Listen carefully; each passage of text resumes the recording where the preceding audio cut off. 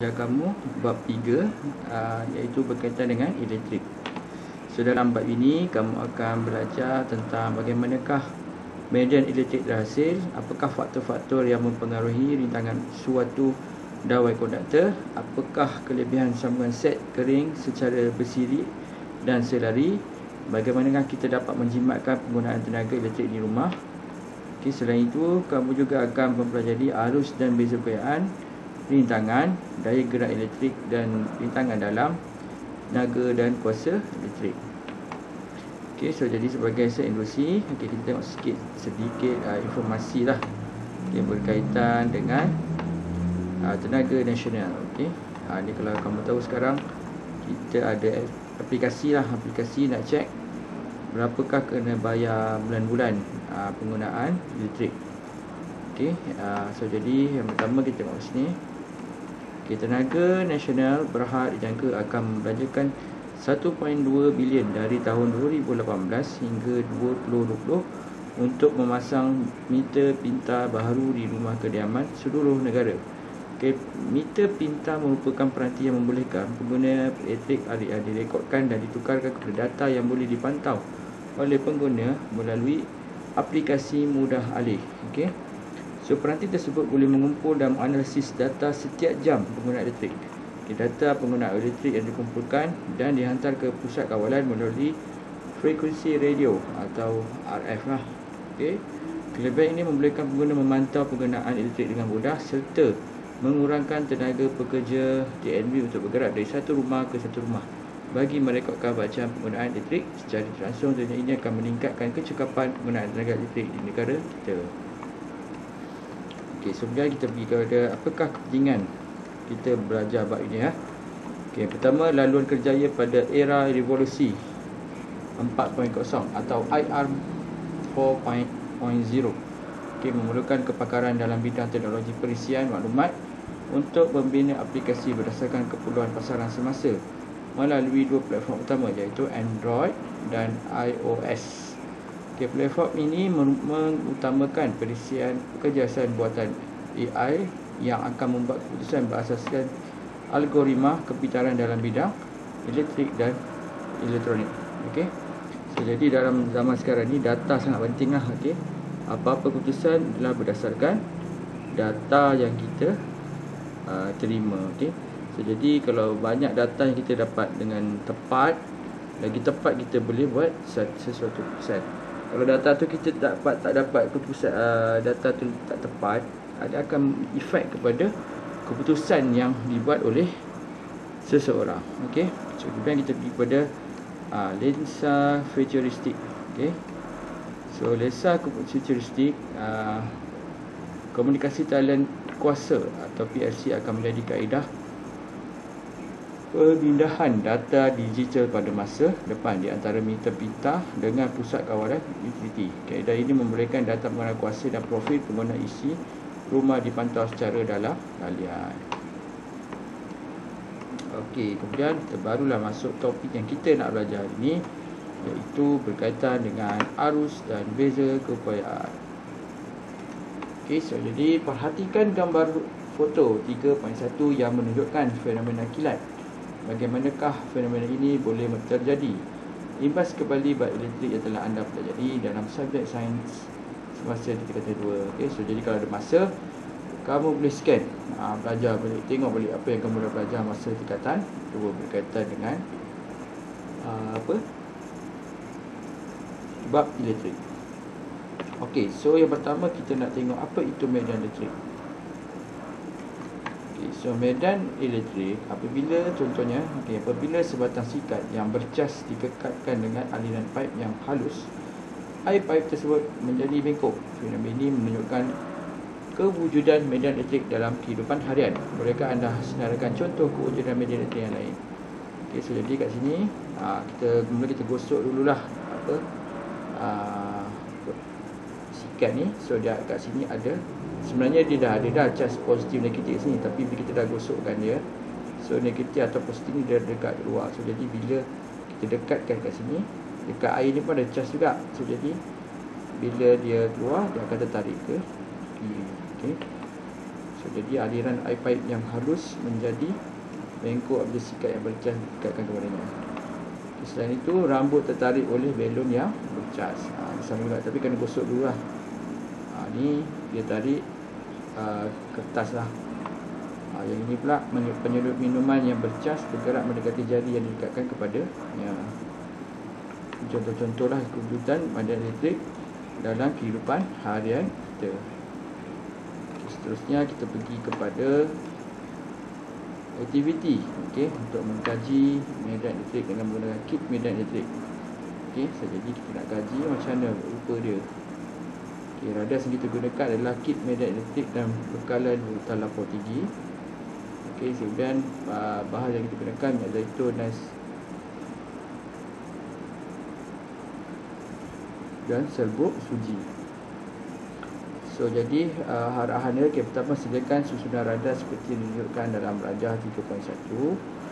Susun macam ni. Kemudian imbas kod QR dengan cetak jadual 3.1. Ni kena scan lah.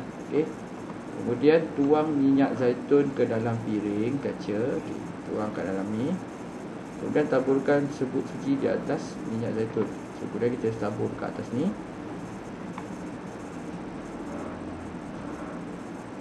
Lepas tu kita hidupkan bekalan kuasa VLT. Kita buka. Kita buka. Dan kemudian dan perhatikan pergerakan serbuk suji. Rekodkan pematian anda dalam rajah 3.1.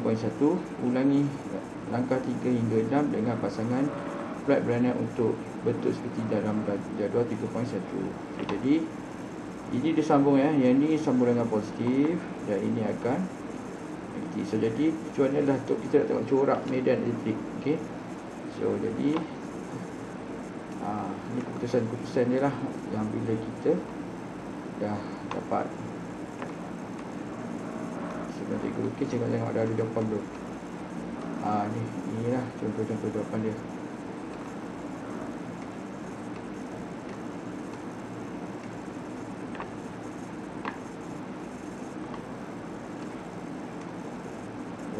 So, jadi yang pertama dia gunakan dua sifar bercas. So, jadi dibentuk dia ni je untuk bulat. So, yang ni disambung dengan positif, ini disambung dengan negatif. Yang ni pula disambung, dia tak ada flat lah. Ni positif, yang ni negatif.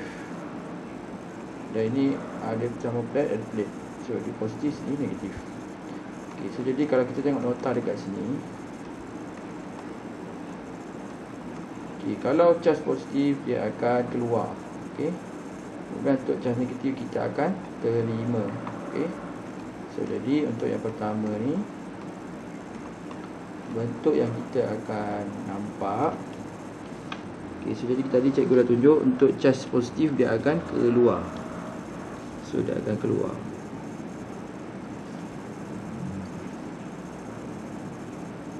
So dia keluar. Yang positif akan terima.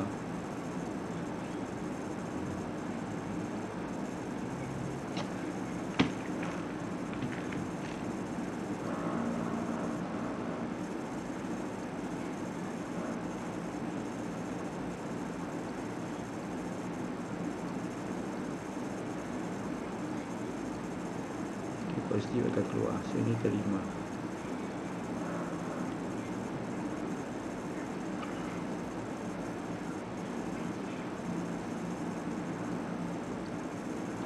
So, jadi yang ni pun sama. Cuma beza dia dia dalam bentuk ini satu bulat, satu sfera, satu bentuk plate. So, dia akan terima.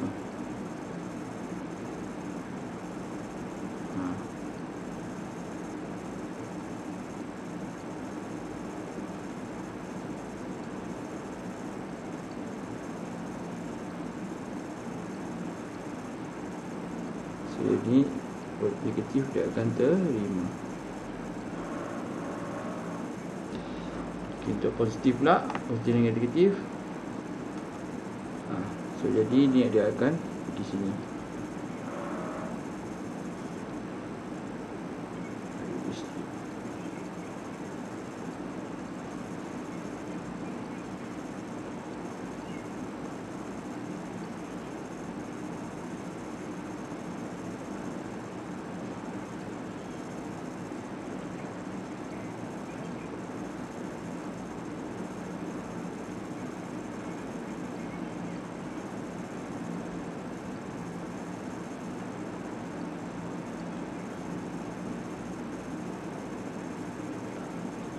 okey, dia akan keluar.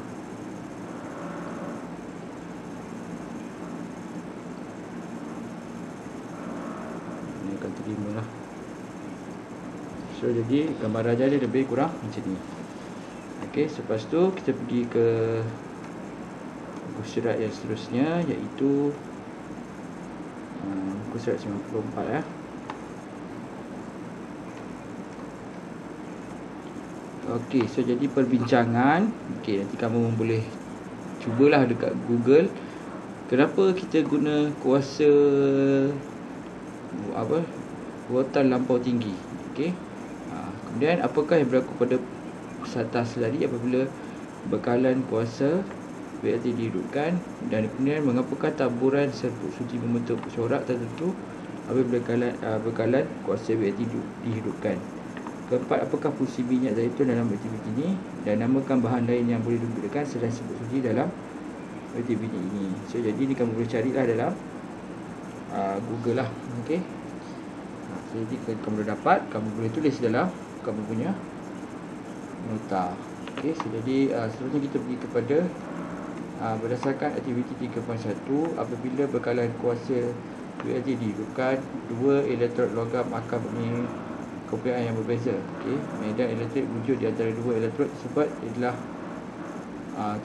okey, medan elektrik ialah kawasan sekitar suatu zarah bercas di mana sebarang cas elektrik yang berada di dalam kawasan tersebut akan mengalami daya elektrik. So jadi kat sini ni medan elektrik ni. So di sini dia akan mengalami medan elektrik. Ini pun sama, medan elektrik. So dia akan mengalami daya elektrik. Kemudian bila serbuk suci diletakkan di dalam medan elektrik tersebut, serbuk suci mengalami daya elektrik. Okey, so jadi dia akan membuat corak lah. Okey, corak yang dibetulkan oleh serbuk suci menyebabkan corak medan elektrik. So ini cas positif dia akan keluar, negatif dia akan terima. Okey, corak medan elektrik di sekitar zarah dengan cas positif dan negatif. Ni contoh-contoh yang tadi Acik lukis tadi tu. Okey, garis medan elektrik di sekeliling suatu zarah cas positif sentiasa menghala keluar, manakala medan elektrik di sekeliling suatu cas negatif menghala ke dalam. Okey, cas-cas yang berbeza saling menarik, manakala cas-cas yang sama saling menolak. Okey, ini kalau positif negatif, so dia akan terima lah. Ni dia tolak antara satu sama lain kalau negatif. Yang ni positif negatif, so dia akan terima. Yang ni dia keluar lah. Ni macam cikgu tadi. Okey, corak medan elektrik boleh dilukis menggunakan garis anak panah seperti yang dilakukan dalam darjah 3.3. Setiap garis beranak panah mewakili satu garis medan elektrik. So ni mewakili medan elektrik lah. Kemudian kita pergi ke soalan seterusnya. Okay, tadi kita belajar tentang medan elektrik. Sekarang kita nak belajar kekuatan medan elektrik. Okay. So andaikan satu cas uji positif Q diletakkan dalam satu medan elektrik, cas uji tersebut akan mengalami daya elektrik sama ada daya tolakan atau daya tarikan bergantung kepada jenis zarah bercas.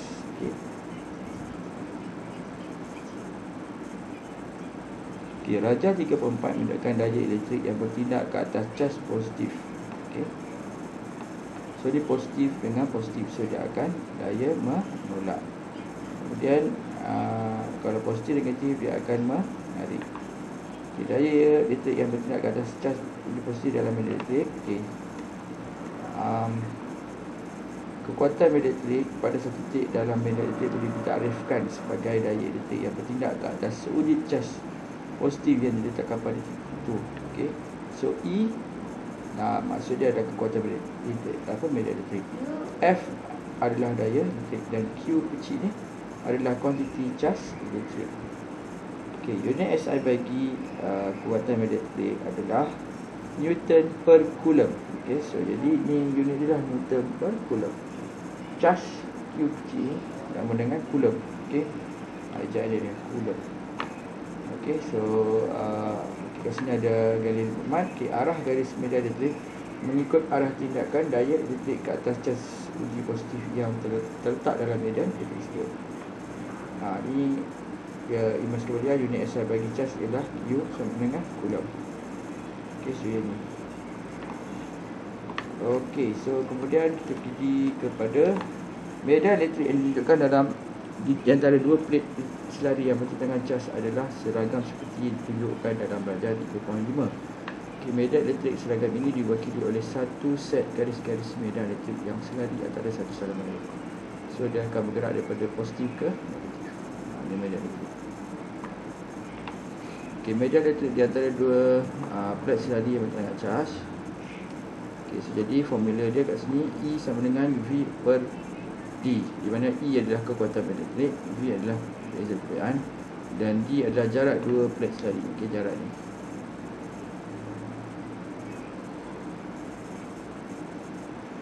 Dan unit SI bagi kekuatan elektrik adalah volt per meter. Okey. So volt, macam mana dapat volt meter ni? Volt unit dia volt. Jarak ni unit dia adalah cm. Okey, tapi kat sini unit SI kita guna meter.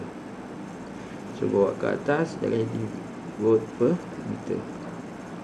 Okey, so ni sama lah dengan Newton per Coulomb. Sama. Jangan cakap ni adalah setara. Okey, lepas tu kita pergi ke surat seterusnya.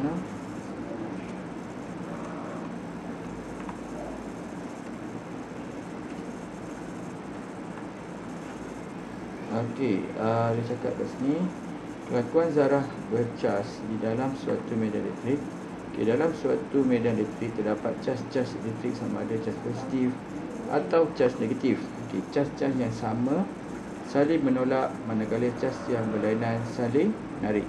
Okey, so kalau kita jumpa cas yang sama, contoh positif dengan positif, dia akan tolak. Negatif dengan negatif dia akan menolak. Tapi kalau positif dan negatif dia akan tertarik. Okey, apakah yang akan terjadi kepada zarah bercas apabila diletakkan dalam suatu medan elektrik? So jadi kita ada letak dua lah, satu dia letak pingpong dan satu dia letak lilin. So dia nak tengok apa dia punya kesan.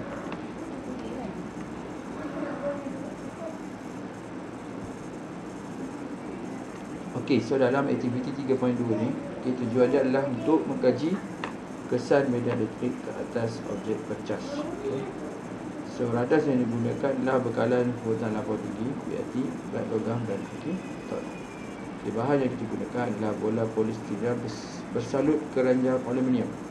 Okey, so jadi ini polistiren tapi dalam kita balutkan dengan aluminium. Benang nylon ini dan lilin.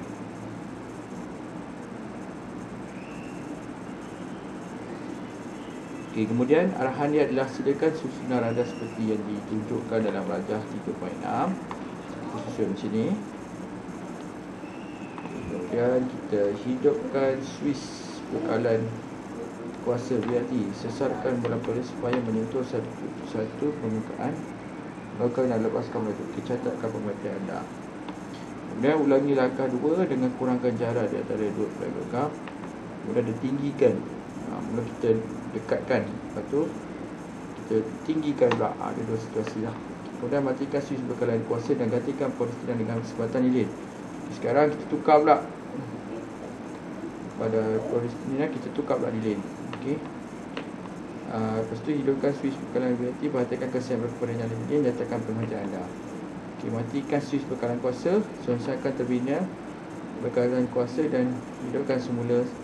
Perhatikan kesan berapa nyala lilin dan tekan penghentian. So jadi mula-mula dia on, lepas tu dia tutup, dia tukar pula. Contoh kalau mula ni positif dan negatif, ada tukar pula ni negatif positif. Okey, pembincangan. Mengapa bola polistiren perlu disalut keranjang aluminium? Yang pun sama, kamu cuba Google cari jawapan dia. Okey.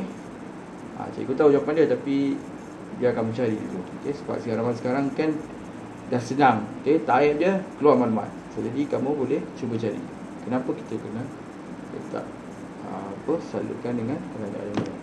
Kemudian apakah fungsi benang nylon? Okey. Yang ketiga, apa yang berlaku kepada gerakan posisional sekiranya jarak antara plate logam bertambah. Maksudnya kalau kita tambah jarak ni, apa yang jadi? Okey. Okey, lepas tu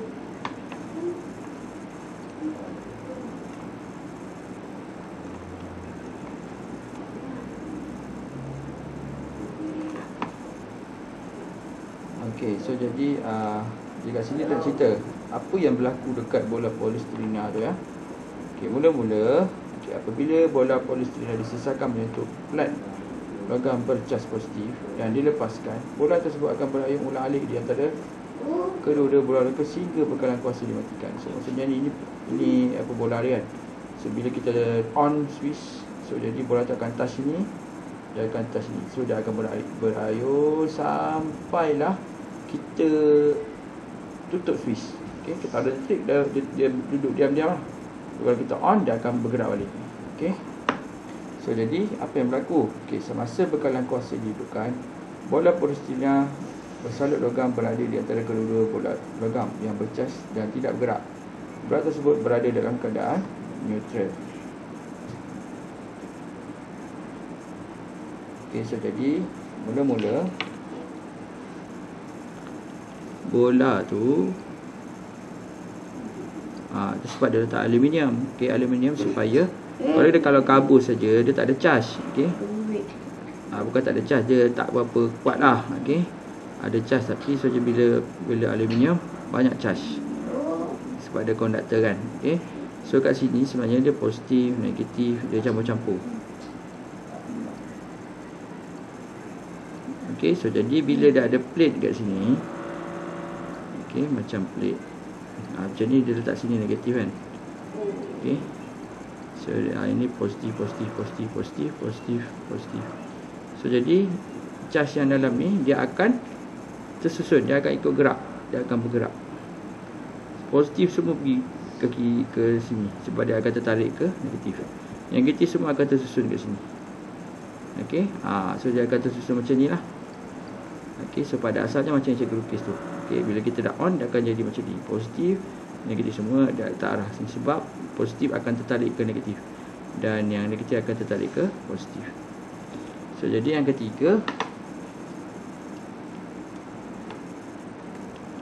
okey, apabila bola polistirena disesakan sehingga menyentuh plat bercas negatif, charge positif pada bola akan dinyahcaskan.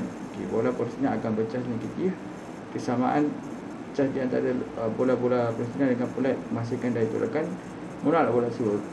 Okey, bola polistirena yang bercas negatif akan ditarik ke plat positif. Okey, so jadi tadi lukislah. Sorry. Okey, so jadi okey, tadi kan bola tu dia dah ke kiri kan. Okey, ni positif. Okey, dan ni adalah negatif. Sorry, ni positif lah. So bila dia touch je kat sini, yang negatif ni akan pergi sini, dia akan bertukar. Okey, sebab positif tu semua dah masuk sini lah. Dia masuk sini, dia digantikan dengan jadi negatif.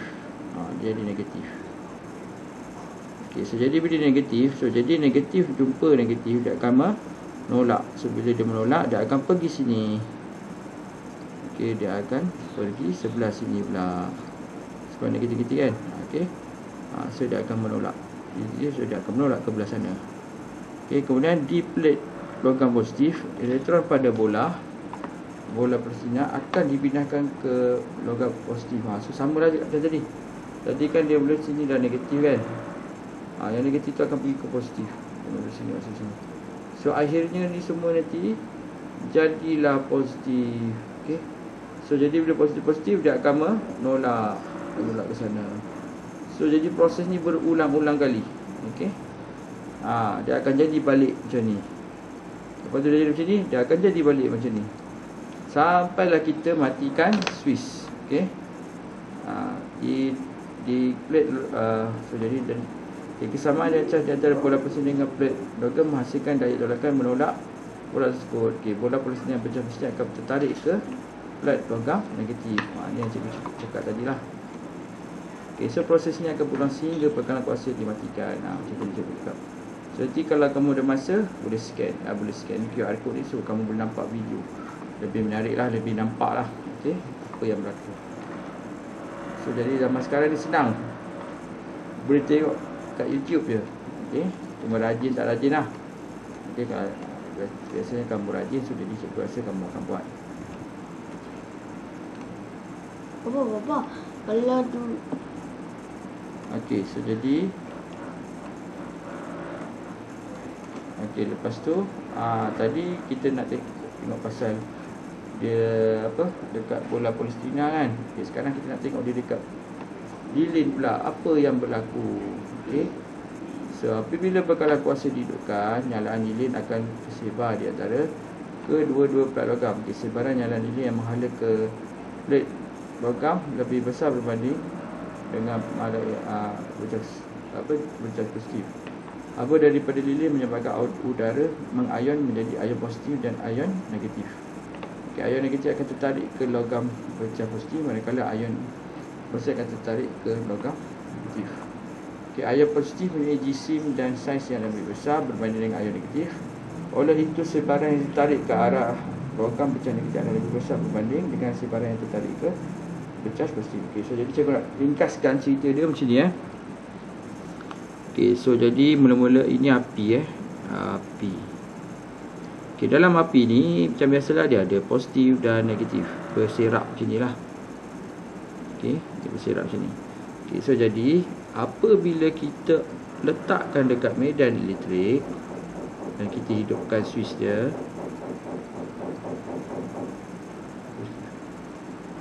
so jadi yang negatif ni semua akan ke belah,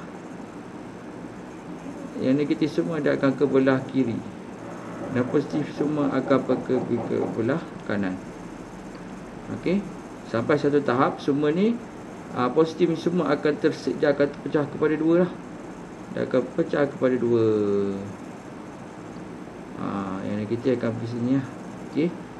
Cuma beza dia sekarang ni, yang positif ni dia nampak besar, yang negatif ni dia nampak kecil.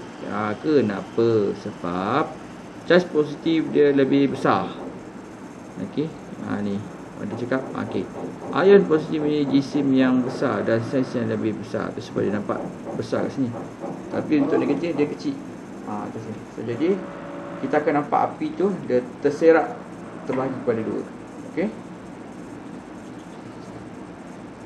Dan sebaliknya, kalau kita tukar plate, sini positif, katakan sini positif, sini positif, positif, positif, positif, positif. Ini negatif, negatif, negatif, negatif. Ada akan terbalik. Yang ni kat sini, ini kat sini. Dia switch je. Tadi dia kata ada tukar kan. Lepas tu kita pergi kepada arus elektrik. So arus elektrik, peralatan elektrik akan berfungsi sekiranya terdapat arus elektrik mengalir dalam litar elektrik yang lengkap. Arus ialah kadar pengaliran charge dalam satu kontak. So jadi I sama dengan Q over T. So Q unit dia adalah coulomb dan T unit adalah saat. So jadi unit SI dia adalah coulomb per saat atau ampere. Kalau untuk basic keadaan, anda telah mempelajari bahawa arus listrik kadar pengaliran cas listrik, bagaimanakah arus listrik ini boleh mengalir dalam litar. Hal ini dapat dikaitkan dengan beza elektrik. So sini ada cerita sebentar. Dalam medan elektrik satu zarah dengan cas positif, mengapakah kebiasaan elektrik adalah lebih tinggi pada kedudukan yang dekat dengan cas tersebut. Nanti kita cuba carilah jawapan dia. So jadi kita pergi to proceed ke soalan seterusnya. Ini formula-formula yang kamu kena ingat lah. Tak apa, kita ingat sekarang tak apa. Yang penting kamu tahu guna formula ni. Nanti lama-lama kamu boleh jawab. Seterusnya, arus dapat mengalir dari satu titik ke titik yang lain dalam litar kerana wujudnya beza kebiasaan di antara dua titik dalam litar tersebut. Okey, beza kepercayaan V di antara dua titik dalam suatu medan elektrik ialah kerja dan W yang dilakukan untuk menggerakkan satu coulomb charge di antara dua titik tersebut. Okay, so jadi V sama dengan work over Q. Kita kerja bahagikan dengan charge, jumlah charge. Dan unit dia adalah joule per coulomb atau volt. Okey. Okey, so sekarang kita pergi ni kata apa ni? Sejarah. Okey, Alessandro Volta ialah seorang saintis dari Itali yang mencipta voltaic pile, iaitu bateri elektrik pertama. Unit volt digunakan sepenuh nama beliau. Inilah dia punya tokoh-tokoh yang dapat apa? Mencipta voltaic pile ni. Okey, bateri elektrik pertama. Okey, so jadi kita pergi kepada soalan yang pertama. Nyatakan takrifan arus dan beza kepercayaan. Okey, so jadi arus yang inilah. Kita ambil warna sikit, kita ambil warna, kamu nak guna color apa? Color apa-apa pun boleh, tapi jangan guna color jengking. Okey, so ni adalah maksud arus elektrik. Okey, arus ialah kadar pengaliran charge dalam satu kontaktor. So jadi kalau kamu tengok formula ni pun dah tahu dah. Kadar pengaliran charge Q over T. Okey. Okey, so jadi beza kepercayaan. Beza kepercayaan maksud dia adalah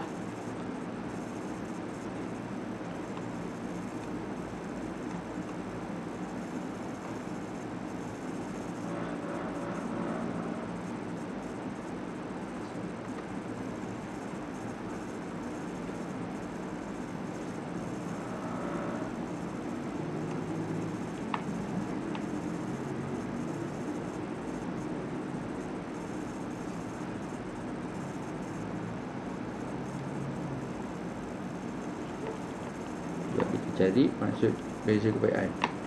Beza kepercayaan V di antara dua titik dalam satu medan ialah kerja. Kerja iaitu dilakukan untuk menggerakkan satu coulomb charge di antara dua titik.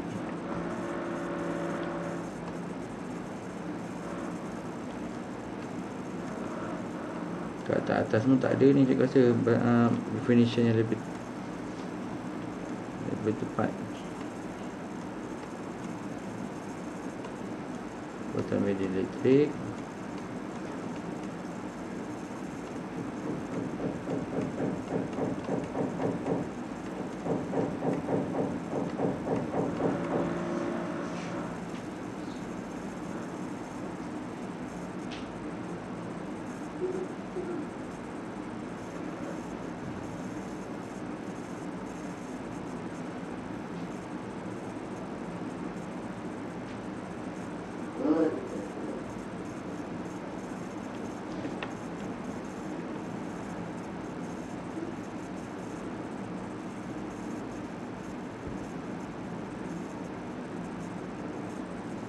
Okey, so jadi kalau kita di sini dia ada dua maksud lah. Okey, yang pertama beza kepercayaan V di antara dua titik dalam suatu medan elektrik ialah kerja. Okey, W yang dilakukan untuk menggerakkan satu coulomb charge di antara dua titik tersebut.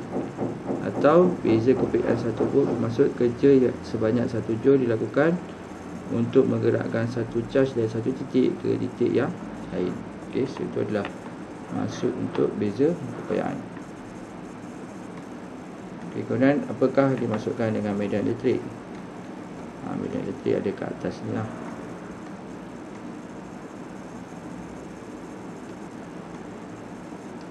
Ini kekuatan.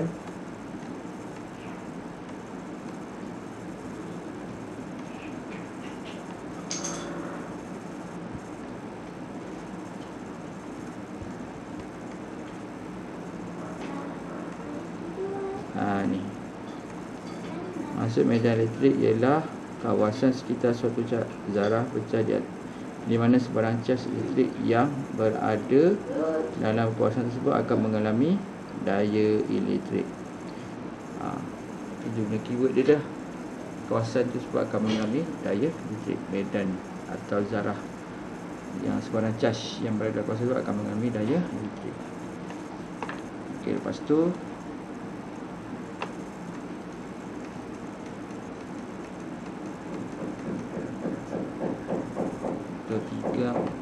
soalan nombor 3. Okay, Rajah 3.11 menunjukkan scraping papan iklan elektronik. Okay, arus yang mengalir ialah 4 darab 10 kuasa negatif 2. So I adalah 4.0 darab 10 kuasa negatif 2 ampere. Berapakah bilangan elektron? So dia nak N berapa? Yang mengalir dalam detector berswiss dihidupkan selama 3 jam. T sama dengan 3 jam. So jadi kita guna formula Q sama dengan I darab dengan T. So dalam masa yang sama Q sama dengan NE. N ni adalah bilangan elektron,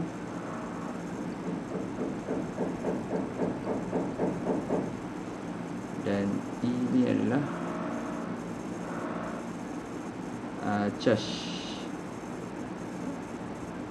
elektron lah. Okay, so ini kamu boleh tengok dekat kalkulator. Sekejap ya, cikgu nak ambil kalkulator.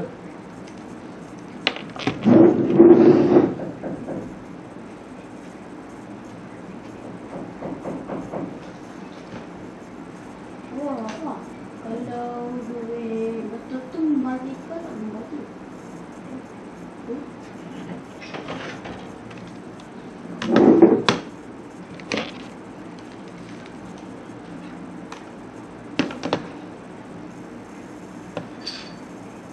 Okay, nilai E ni kamu boleh tekan mod. Sorry.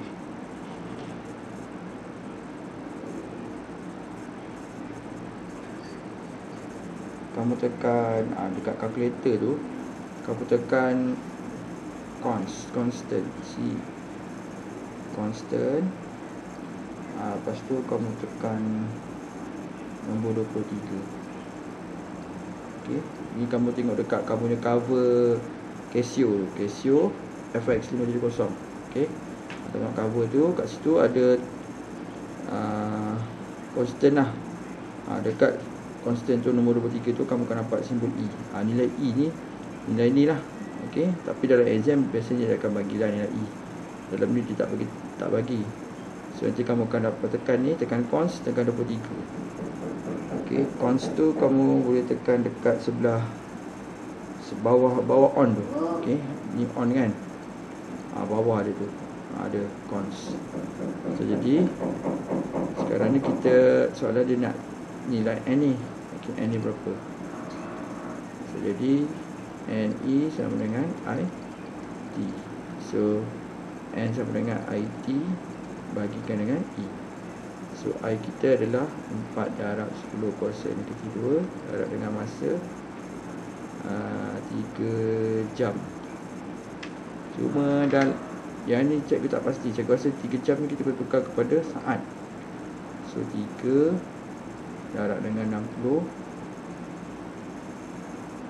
darabkan dengan 60. Ni kita jadi sangat je ni, tak muat. Cikgu besarkan sikit lah.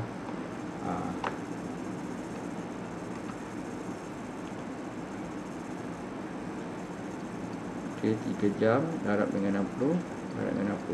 Sebab apa? Sebab dia nak tukar kepada saat. Okay, so jadi tadi cikgu dah ada cari E ni. E ni sama dengan, kita tekan cons 23. So, kita akan dapat 1.602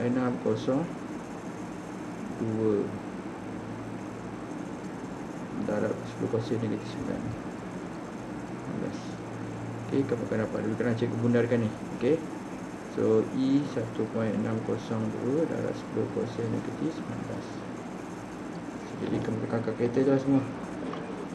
Okay, 4 eksponen negatif 2 darab dengan 3 darab dengan 60 darab dengan 60 dibagikan dengan 1.60, atau kamu tekan cons 23 tu boleh bagi dengan cons 23.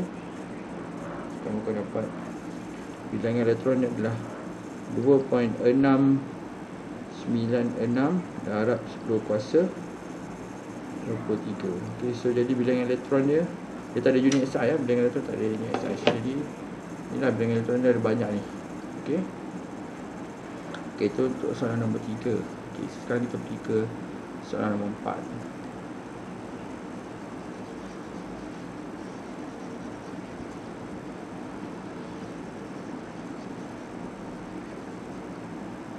Soalan nombor 4. Sebuah meter berlabel 3 volt. So V dia adalah 3 volt dan I dia adalah 0.2 ampere selama 1 jam. T dia adalah 1 jam. Berapakah cas yang mengalir? So Q sama dengan berapa? So Q sama dengan IT. So 0.2 darab, okay, 1 jam ni kita pegang kepada saat. So 1 darab 60 darab dengan 60. So 0.2 darab 1 darab 60 darab 60. So kita dapat 720 coulomb. Okay, so kemudian dia nak tenaga. Okay, tenaga kita boleh guna formula E sama dengan P over Q. Okay, mana cikgu dapat ni? Boleh tengok ke atas.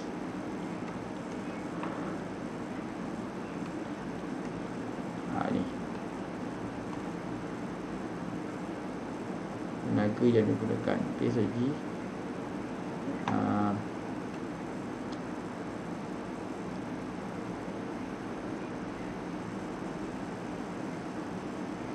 sekejap.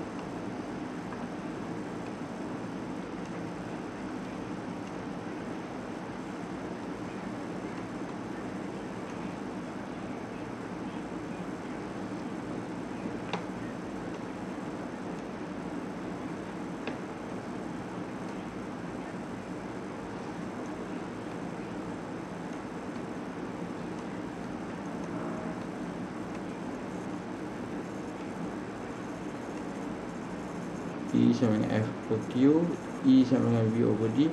Cikgu rasa ini yang paling sesuai lah. Okay, formula dan lain yang paling sesuai. Ni E sama dengan V sama dengan E over Q. So kita silap kat sini. So V sama dengan E bahagi dengan Q. So jadi maksudnya kamu kena tahu nak guna formula satu yang lebih sesuai. So E sama dengan V darab dengan Q. So V kita adalah 3, Q kita adalah ni lah tadi, mana?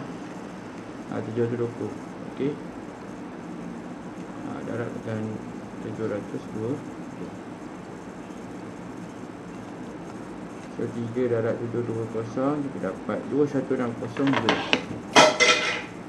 2160 joule. Okey. So itu untuk jawapan nombor 4. Okey, nombor 5.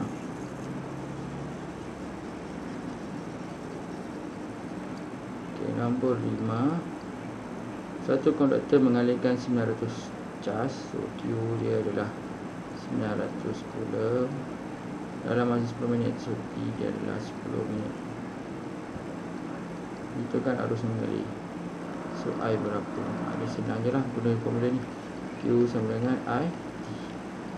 So Q 900, K I tak tahu, T dia 10 minit. So jadi 10 darab dengan 60 saat. Jadi dah 60 sebab kita tukar pada saat lah. So I sama dengan